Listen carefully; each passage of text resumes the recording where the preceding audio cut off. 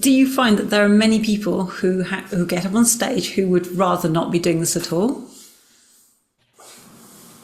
It's a that's a good question. A lot, actually, quite a few number of the TEDx speakers are fall into that camp. Most of the speakers I work with are not professional speakers. Um, they're executives or people that are just doing their job, uh, and they don't want to be on stage. And it's actually fairly common. And most of the TEDx speakers that I find, because there's two different camps of speakers, at least in the TED world, people that want to speak, which very, very few of those pass the measurements to be able to be speakers. Most of the speakers that I find or I found are people that are just doing their job.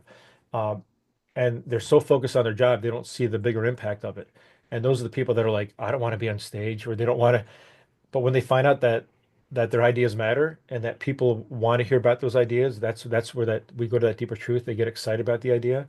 But yeah, a good number, and especially in the corporate world too. And part of my message to the corporate individuals is that, and I get it because I do public speaking, but that never was my desire. Yeah. I'm quite fearful of public speaking. The fact that I do now is actually quite shocking if you actually know my story.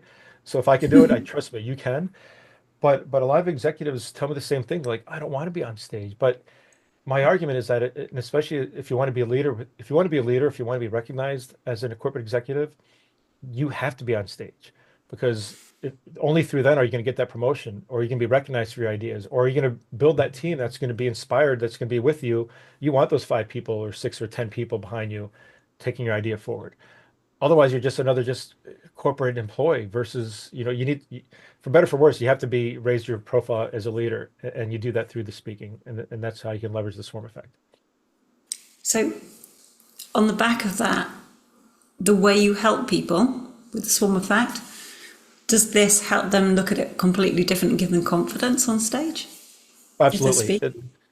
I some of the great feedback I've gotten, one of my favorite feedbacks, one of the favorite pieces of feedback I got from somebody was I do a lot of senior level speaking events.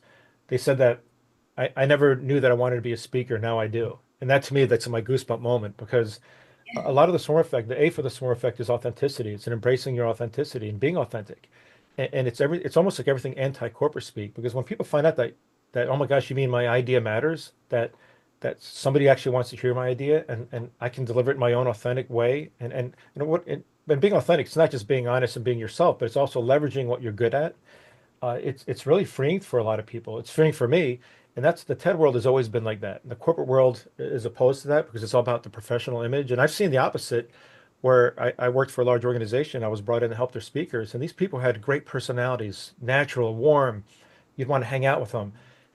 Their corporate culture was so corporate. When they get on the corporate stage, it's like a slick salesperson. You're like, that's not who they are, and the audience can see that. And again, audiences today are smart in the corporate, in the public world. Audiences can see right through that when you're being too polished and too professional. You come across as the typical politician, like, so Yeah. inauthentic. And Yeah. when executives understand that the swimmer effect is all about embracing your own part of it, your own authentic self, it's freeing. It was freeing for me. It's freeing for a lot of the speakers I work with. That is really cool because that's what it's all part of actually being able to give the gift as well, isn't it? To actually be yourself and be authentic.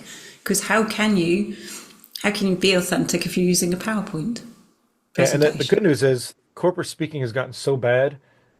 You could just simply, if for anybody listening to this, challenge yourself in the corporate world. Just be yourself and see what happens. You're going to find people are going to be paying attention. People are going to be applauding you. People are going to be running up to you, saying, "Thank you for just being yourself," because the corporate's gotten so bad.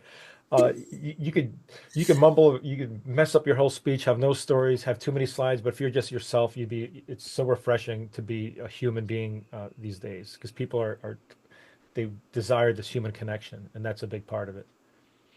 That actually makes sense, and that's not the first time I've heard that this year as well, and last year, to be honest. And it really does make sense to me. I'm actually curious though.